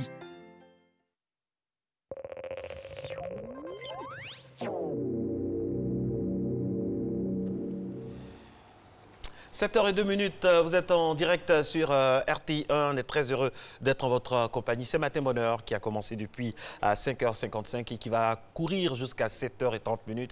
Et vous le savez très bien, très chers téléspectateurs, le mercredi, c'est une affaire de famille. Oui, parce que c'est le thème qu'on aborde avec notre spécialiste, Madame Bernadette Asso-Nguessan, psychologue, sur le thème « Le cadeau a-t-il encore un sens ?» Avant de commencer avec elle, est-ce qu'on peut se faire un dernier point route à 7 h? Parce qu'on sait que là, tout le monde sort. Est-ce qu'on peut... Merci beaucoup, Christelle Akoussa. Voici donc le dernier point route. Attention, il faut le regarder parce qu'il va conditionner votre itinéraire en sortant de la maison. On constate que la circulation a commencé à prendre un peu d'envergure. Là, nous sommes à Cocody-sur-le-Latry, dans un point névralgique de la commune. Autre endroit, donc nous allons aller du côté du boulevard Lagunaire pour voir un peu si le trafic évolue, si voilà, vous avez constaté hein, que ça bouge pas mal. Les gens se préparent pour cette période des fêtes, donc il faut s'y prendre très tôt, absolument pour ne pas tomber dans les interminables go-slow. Et puis Trècheville pour refermer, bien sûr, avec voilà, la situation à Trècheville, c'est le statu quo. Hein. Pas beaucoup de trafic pour le moment, mais bon, ça va changer à tout moment. Allez, on revient donc à nos cadeaux pour parler avec Madame Bernadette Asso-Nguessan dans le cadre de la thématique, juste après ceci. Le cadeau a-t-il encore un sens? Tu es tout seul aujourd'hui. Oui, le cadeau a-t-il encore un sens? Pourquoi avoir choisi ce thème? Vous voulez mettre un pavé dans la mare de cette grande fête où il y a la frénésie de Noël, on offre des cadeaux? Pourquoi vous doutez? Est-ce que vous doutez de l'importance des cadeaux? Loin de moi de douter ou de vouloir mettre quoi que ce soit. Et le thème, je ne l'ai pas choisi. Oui, mais bon, je veux dire, le cadeau, on parle aujourd'hui du cadeau, c'est très important. Je vous chahutais, bien sûr. Tout à fait. Vous savez. Alors, est-ce qu'aujourd'hui, on peut dire que il est important de donner un cadeau? Est-ce que ça a toute sa saveur? D'abord, c'est quoi concrètement un cadeau? Un cadeau, d'accord. Qu'est-ce qu'on entend par cadeau? D'accord. Alors, pour parler de définition, le cadeau, c'est un don. Ce qu'on offre à quelqu'un, une tierce personne, qu'on l'aime ou pas. Parce que le sens du cadeau aussi résulte de ce qu'on offre et à qui on le donne et pour quelles raisons on donne ce cadeau. Alors, le cadeau, c'est juste un don. Donc quelque chose qui peut être une chose, qui peut être une plante, qui peut être même une personne. En ce sens, de la personne, on parle du don de Dieu. Les enfants qui sont un cadeau, un don de Dieu. Et c'est le seul qui est habilité à offrir des personnes vivantes. En dehors de cela, donc, on peut offrir donc, toutes sortes d'objets, on peut offrir des plantes, et le cadeau peut être quelque chose de vivant ou non, de quelque chose d'animé ou non. Le cadeau peut être très coûteux ou non, il peut être beau ou non, il peut être utile ou non, le cadeau peut être intéressé ou non. Dangereux ou non. Dangereux ou non. Autant de choses qui entourent le fait de donner quelque chose à quelqu'un. Et quand on le donne, il y a toujours derrière ce geste de donner peut-être une idée, peut-être une attente. Quelque chose, mais nous disons qu'un don n'est jamais fortuit et gratuit. L'acte de donner, c'est ça qui déclenche tout. Quelque chose de bon, quelque chose de mauvais. Dans ce acte-là, il y a forcément un sens. Est-ce que le sens commun voudrait que ce soit un acte de joie, de partage, de solidarité? Hélas, il y a toujours d'autres sens cachés. Absolument. Et vous le dites si bien. Derrière ce qu'on donne, il y a toujours, derrière la meilleure intention qu'on puisse avoir, elle cache toujours une autre intention qui peut être avouée ou non avouée. Mais dans la manière de donner, dans ce qu'on donne, et la période à laquelle on donne ce qu'on a à offrir, tout le sens vient de là. Alors, oui, c'est encore heureux que nous puissions offrir, parce que nous avons à offrir. Et il est heureux de pouvoir offrir, mais pas n'importe quoi, pas n'importe comment, et n'importe quand, et à n'importe qui. Il faut pouvoir donc faire la part des choses par rapport au geste de donner. Là, nous sommes dans l'ambiance, hein, la spirale de la fête de Noël. Oui. Alors, concernant la fête de Noël concrètement, c'est vrai que généralement, ce sont des cadeaux qu'on offre aux enfants, mais on sait que c'est généralisé. Moi, je peux offrir un cadeau à Madame Guessan. Les adultes s'en emparent aussi. Est-ce que ça ne dévoie pas un peu le sens donc originel de ce acte-là? Alors, donc, parlons donc de l'origine de cette fête de Noël. Et initialement, c'était une fête païenne. Et finalement, elle a été récupérée par tout ce qui est religieux, juif ou romain. Et ça a été une habitude pour une personne qui a voulu faire plaisir, en introduisant très rapidement la notion de Père Noël, puisque quand on parle de Noël, on ne peut pas parler de Noël sans le Père Noël. Et donc, cette personne-là, qui était un pasteur, a voulu donc faire plaisir à un certain nombre d'enfants qu'il a constaté étaient dans des situations pas très réjouissantes. La fête de Noël, initialement, rappelle la naissance de Dieu, de Jésus-Christ. Et donc, par rapport à cela, la substitution d'offrir, comme les rois mages l'ont fait, comme dit la Sainte Écriture, sont venus offrir à ce petit enfant né un certain nombre de cadeaux, un certain nombre de présents. Par imitation à cela. Cette symbolique-là. Cette symbolique-là, par imitation de ce que Dieu a donné quelque chose de merveilleux au monde et qu'en retour de reconnaissance, il a été donné des cadeaux.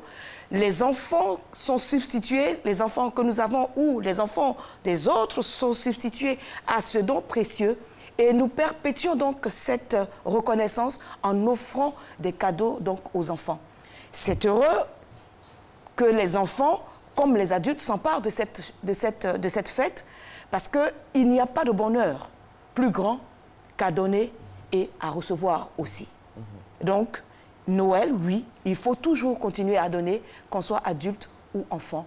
Tout est bon pour recevoir ce qu'on voudrait avoir ou tout don qui vient. Quand on donne, c'est bien, c'est louable, mais qu'est-ce qu'on donne? À qui on donne? Et comment on donne? Alors, qu'est-ce qu'on donne? En fait, quand on doit choisir, toute la difficulté est là, dans le choix de ce qu'on veut offrir. Quand nous devons offrir, à quoi pensons-nous? À nous-mêmes. Je vais offrir quelque chose qui me ferait plaisir à moi, c'est plus facile pour le choix, et que je pense pourrait être utile à l'autre à qui je vais offrir. Donc, dans toute la démarche de ce qu'on offre, on y met de sa personnalité, on y met de son caractère, on y met de ses désirs, on y met le plaisir qu'on veut faire à celui à qui on veut offrir le cadeau. Donc, quoi choisir? Donc, choisir en fonction donc des besoins, tenir compte de l'utilité, tenir compte aussi du désir de la personne, mais aussi en tenant compte des circonstances, de la période et de la relation qu'on a avec la personne à qui on offre le cadeau. Alors, un cas pratique. Hein. Oui. Vous avez dit qu'il faut tenir compte du besoin, de l'utilité, du désir et de la circonstance. Oui. Nous sommes en Côte d'Ivoire. Oui. Voilà, on a connu des moments difficiles dans notre pays. C'est Est-ce ça. que ce serait bien, par exemple, d'offrir à un enfant de 6 à 7, 8, 10 ans des armes comme cadeau? Quand on sait que c'est vrai, il en a besoin parce que c'est un enfant, il veut s'amuser. Est-ce que c'est utile? Est-ce que, bon, c'est son désir, mais est-ce que les circonstances qu'un pays qu'on a connu dans l'environnement ne doivent pas nous interdire à certains cadeaux? Oui, ça doit interdire à certains cadeaux. Quand vous offrez quelque chose, quel est le message qui est derrière ce que vous offrez? Que voulez-vous dire à la personne à qui vous offrez le cadeau? Que voulez-vous que cette personne ressente en retour de ce cadeau? Et comment elle doit se comporter avec ce cadeau? C'est toute une dynamique. Alors, si vous apprenez à vos enfants, en leur offrant, depuis l'âge, peut-être même plus tôt, puisqu'il y en a dès l'âge de 2 ans où l'enfant peut manipuler à sa guise un certain nombre d'objets, on commence à lui offrir une arme. Ne soyez pas étonnés qu'il ait envie d'aller plus loin avec cette arme et penser à tort, malheureusement, que le jouet que j'ai l'habitude d'utiliser depuis 5-6 ans, avec lequel je joue avec mes amis, à se tirer dessus, qui ne fait aucun mal. D'accord? Si l'enfant n'a pas, dans sa maturité affective, psycho-affective et tout cela, n'a pas acquis la connaissance du bien et du mal, de ce que cet objet-là n'est qu'un objet, un objet qui ne fait pas mal, mais dans la représentation réelle de quelque chose qui fait beaucoup plus mal. Si l'enfant ne l'a pas appris, eh bien, dans le jeu, en grandissant, il peut prendre une arme réelle et se dire, je vais voir ce que ça fait réellement. Et s'amuser à tirer sur des personnes. D'autant que des études psychologiques aux États-Unis ont démontré que la violence qu'on a dans les écoles, dans les universités, là, provient bien sûr de ce que voilà. Donc, on a banalisé donc le jouet arme, on le fait de plus en plus sophistiqué, vraiment ressemblant à l'arme réelle et avec maintenant des impacts qui peuvent faire mal. Pas pour blesser, mais qui peuvent, si ça vous atteint dans l'œil, ça vous blesse gravement. Et donc, vous préparez l'enfant à être une personne violente, une personne qui va utiliser l'arme. Et naturellement, les conséquences sont désastreuses. Chez les parents, la chose à faire, c'est vrai qu'un enfant peut rêver d'un pistolet. Mais au-delà de son rêve, il y a des conditions. Est-ce que c'est nécessaire? Est-ce que c'est utile? Qu'est-ce que cela lui enseigne? Est-ce qu'il a véritablement besoin de ça? C'est un désir. Mais est-ce que le désir est nécessairement un besoin? Est-ce que c'est du goût? Est-ce que les circonstances s'y prêtent? Vous le faites si bien de le signaler. Nous avons traversé 10 années de crise avec l'usage des armes. Vous allez offrir une arme à votre enfant, il se met tout de suite à côté et il joue aux policiers, aux gendarmes. Il mime des scènes de films ou des scènes réellement vécues pendant la période de la crise. Donc, il faut faire attention à ce qu'on offre. Si l'on peut s'abstenir d'offrir des armes à nos enfants, je pense qu'il y a beaucoup mieux à offrir. Parce qu'au-delà de ce qu'on offre, c'est ce qu'on veut que l'enfant retienne qui est important. Donc, offrons-lui nécessairement tout ce qu'on offre à l'enfant est instructif. Il n'y a aucun cadeau non instructif. Chaque cadeau est un message. Chaque cadeau est un message. Il est instructif, porteur d'un message. Donc, faisons attention à ce que nous offrons et à quel message nous voulons faire partager avec nos enfants. Alors, docteur, ça c'est qu'est-ce qu'on offre? Comment on offre? Est-ce qu'on donne un cadeau à un enfant parce qu'il le mérite, parce qu'il a bien travaillé à l'école, bien parce qu'il s'est bien comporté, ou bien est-ce qu'on donne un cadeau à l'enfant parce que ça doit être automatique? Dans quelles circonstances donner? Alors, dans quelles circonstances donner? Entre la contrainte de donner qui fait convention, comme à Noël, vous allez voir tous les parents courir dans tous les magasins pour offrir à qui mieux ce qu'il pourra donner à son enfant, pour ne pas être celui qui n'a pas offert de cadeau. Entre donc cette convention de donner et le réel plaisir qui est de donner, parce que n'oublions pas qu'à l'origine des cadeaux de Noël, c'est pour faire plaisir, c'est un moment de partage et de témoignage d'une affection, d'un amour. Et donc, à quel moment donner? Il n'y a véritablement pas de moment pour donner. Mais nous pouvons dire qu'il y a quand même des périodes spécifiques au cours desquelles on peut faire des cadeaux. La Noël, les fêtes conventionnelles, les anniversaires ou des cérémonies au bureau, par exemple. Et puis, il y a toujours qu'on se réserve le droit d'avoir le plaisir d'offrir quelque chose. Parce que offrir, c'est d'abord un plaisir de partager. Je donne de mon temps, parce que le cadeau, il a fallu aller le chercher ou le concevoir, parce qu'on peut le concevoir soi-même. Il a fallu peut-être mettre un emballage. Et puis, il y a l'amour, le message qu'on met dans le cadeau. Je donne en retour ou non, parce que quand on donne, ce n'est pas nécessairement qu'il faut en attendre en retour quelque chose. Quoi que le psychologue dise, l'intention n'est pas fortuite, mais véritablement, il faut se réserver le droit de pouvoir donner juste pour le plaisir de donner. Et regardez bien quand vous offrez sans rien attendre. Quand vous offrez quelque chose à un enfant, les enfants sont beaucoup plus explicites. Vous voyez la lumière dans les yeux qui étincelle, la joie, il ne tient pas en place. Entre vous sauter au cou, vous attraper par les jambes ou vous faire des bisous partout, l'enfant manifeste donc l'amour, la joie de recevoir ce que vous lui donnez, ce qui est le témoignage en retour de l'amour que vous lui manifestez en lui donnant ce cadeau. Donc, il y a des moments spécifiques auxquels il faut donner, mais réservons-nous toujours le droit et le devoir aussi d'offrir quand nous voulons. La société dans laquelle nous vivons est une société de consommation. Aujourd'hui, par ailleurs, c'est la Journée internationale de la solidarité. On a l'impression que parfois, le cadeau peut être un symbole de repulsion, juste pour donner, pour se débarrasser. Il n'y a plus ce cérémonial-là, cette symbolique, entre guillemets, ce rituel-là qui s'entoure. On donne parce qu'il faut donner. Bon, c'est Noël, bon, il faut acheter. Il n'y a plus... Malheureusement, et comme nous disons, le don, pourquoi est-ce que vous faites le don? La raison pour laquelle, et il y a plusieurs raisons. Nous pouvons dire comme ça que vous donnez juste pour le plaisir de partager, comme nous l'avons dit. Mais on peut donner aussi pour être récompensé, pour être remercié, pour être honoré, pour être reconnu, pour obtenir des faveurs.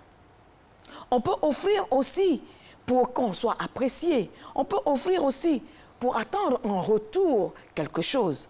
On peut donner aussi parce qu'on veut remettre en cause des choses.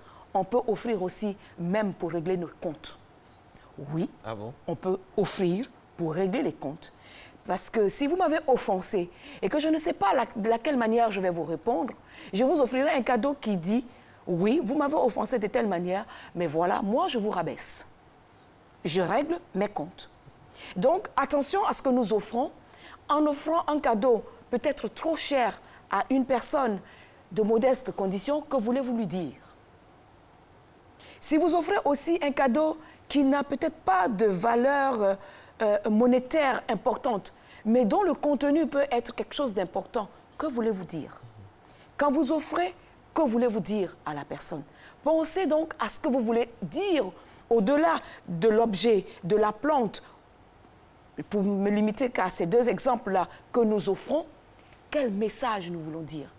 Quand nous choisissons par exemple l'exemple de la rose, pour ne parler que des deux couleurs, le rouge et le blanc. La rose rouge, manifestement, si je tiens une rose rouge, c'est pour naturellement déclarer ma flamme d'amour, mon affection, ma tendresse à une personne aimer. De la même façon, la rose blanche, nous accompagnons tous nos défunts avec une rose blanche, là aussi pour témoigner de ce que cette personne qui nous quitte, qui s'en va, nous l'avons aimé et nous continuerons de l'aimer. Donc, juste à la couleur de la même rose, le message que vous portez, que vous adressez est différent et porteur donc de sens. Et la personne qui reçoit, c'est si vous lui dites juste « je vous aime » simplement, ou si « je suis brûlant d'amour pour vous ». D'accord. Merci beaucoup pour cette déclaration. Alors, Alors, il y a des gens qui ont... Il y a des gens qu'on surnomme dans la société des messieurs, des madames cadeaux. Est-ce que l'acte de donner, de faire des cadeaux, doit être domicilié seulement dans la sphère familiale ou bien de plus en plus s'ouvrir? Par exemple, faire des cadeaux au bureau, au travail, à l'école, à ses amis, voilà, à des gens qu'on a perdu de vue. Oui. Le plaisir de partager quelque chose. Juste, j'offre quelque chose à une personne que je n'ai pas vue depuis longtemps. Je lui dis... Je me rappelle encore que nous sommes des amis. Donc, le cadeau ne doit pas être réservé au cadre exclusivement familial.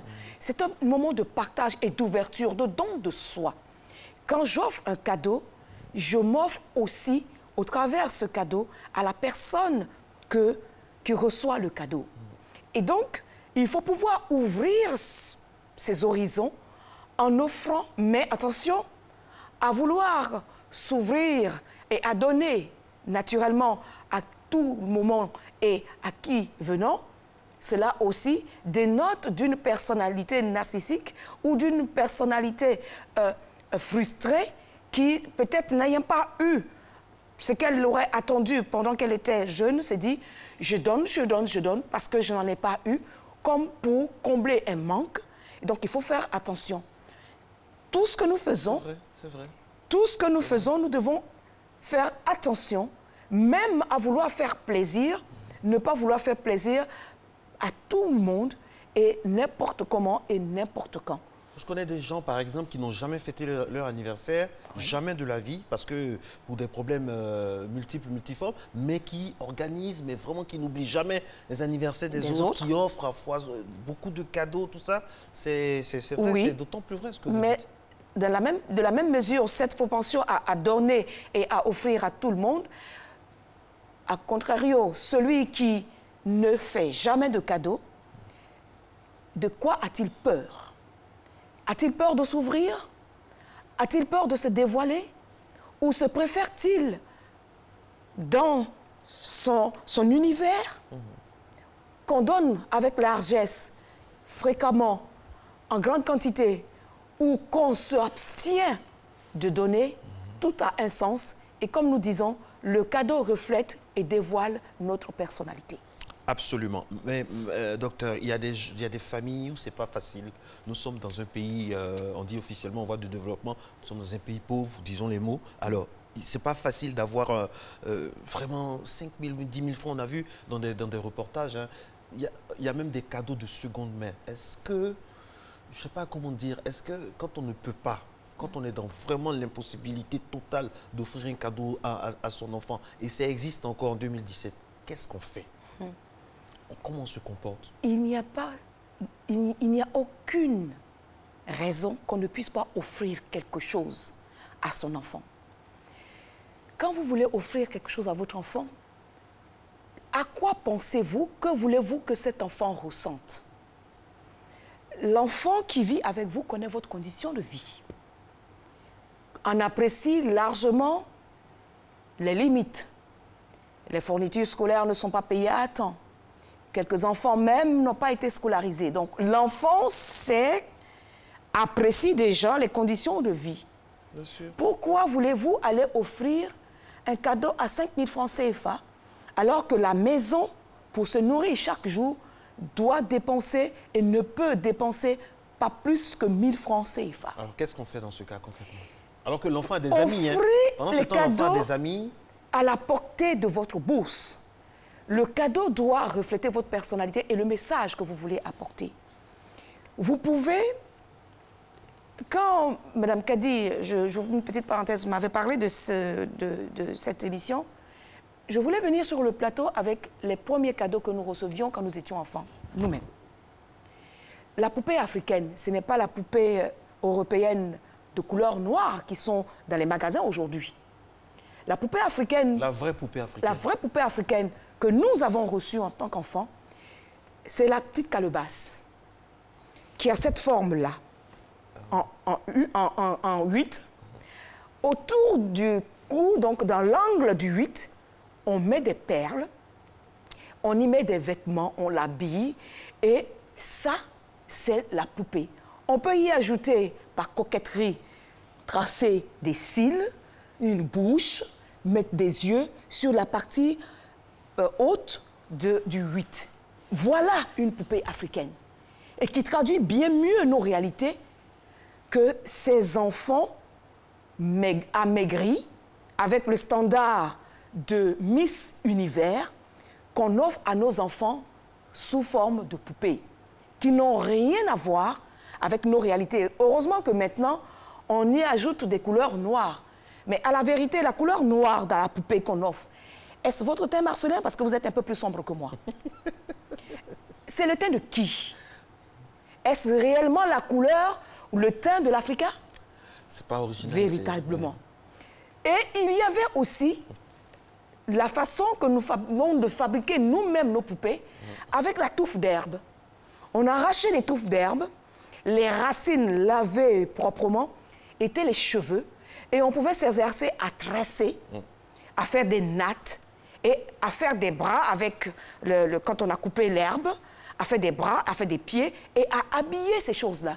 C'était des poupées, c'était créatif et ça permettait à l'enfant d'exercer sa créativité, d'être curieux et d'apprendre. Et c'est à la portée de toutes les bourses. Et c'est à la portée de toutes les bourses, de grâce. Si vous n'avez pas les moyens, n'allez pas prendre un jouet de seconde main. C'est dévalorisant et c'est frustrant pour l'enfant. Sauf si ce jouet de seconde main est très propre, est encore très beau, mais allez acheter ce que vous pouvez faire de vos mains. L'enfant appréciera d'autant plus l'effort et l'amour que vous avez mis à fabriquer quelque chose pour lui donner, connaissant la situation réelle de la famille. Surtout que c'est une fois par an, normalement. Une fois par an l'anniversaire. Pour manifester ce jour-là. Commencez donc à préparer, peut-être en mettant ne serait-ce que 5 francs jusqu'à la fin de l'année, par jour ou par semaine. Au bout de l'année, on aura quelque chose qui pourra peut-être nous permettre de choisir un cadeau. Et on ne choisit pas les cadeaux au hasard. On observe nos enfants. On sait ce qu'on a offert il y a 5 ans, l'année dernière. On voit ce qu'il veut. Et la meilleure stratégie, c'est de poser la question aux amis des enfants. Oui, on l'a évoqué ici. Ils nous donnent des sérieux indices pour choisir. Et quand vous allez chez un ami, ou un ami vient chez vous, et qu'il dit, mon Dieu, j'apprécie ton vase, il est beau. Marcelin, où est-ce que vous avez trouvé ce shop? Il est très beau. Cela vous donne une indication à ce que vous pourrez offrir la fois où l'occasion se présentera, où il devra lui offrir quelque chose. Alors, Mme Bernadette Assoun, le cadeau définitivement dans nos sociétés, de frapper la société de la consommation, où il y a le dictat des entreprises. Cette année, tous les parents vont offrir des tablettes. L'année d'après, on va avoir affaire à overboard. L'année qui suit, les vélos vont revenir. Et puis, on a une société de consommation, mais vraiment, est-ce qu'en définitive, le cadeau en 2017 a toujours le sens qu'il avait dans les années 50? À son sens, au sens propre et simple de ce que je prends plaisir à donner et ne pas suivre toute la manipulation qui s'organise autour des différentes fêtes. Que ce soit Noël dont nous parlons, que ce soit le Nouvel An, que ce soit la Saint-Valentin ou toute autre fête, véritablement, évitons de tomber dans la manipulation parce qu'il s'agit de faire la part belle aux structures qui empochent de l'argent et vous vous appauvrissez sans savoir véritablement pourquoi vous offrez les choses, pourquoi vous devriez l'offrir. En définitive, si nous pouvons finir, nous pouvons dire que de tout cela, le meilleur cadeau reste l'amour qu'on manifeste au travers un sourire, une salutation, une simple main pour dire bonjour, cher ami. Simplement, c'est le meilleur cadeau. Merci. Faisons-nous donc ce cadeau-là. Merci beaucoup. Je suis venue sur ce plateau sans oublier que c'est la fête de Noël. Oui. Et comme je n'aurai pas le plaisir d'être avec vous, alors ça c'est pour vous, Marcelin. Oh, merci beaucoup. Pour Eva qui n'est pas là et que j'embrasse bien fort. Je vais le remettre. Et ça pour Madame Kadi. Ok, d'accord. Merci à vous et joyeuse fête de Noël. C'est gentil, ça nous touche. Au-delà de votre sourire, de votre prestance sur ce plateau, ça nous touche énormément. Surtout que ce sont nos premiers cadeaux de Noël. Merci d'être resté en notre compagnie. Vous avez entendu la conclusion, c'est tout simple. Un sourire, justement un feeling, c'est ce qui compte. Et surtout, il faut être vrai. Bonne journée à vous. Merci.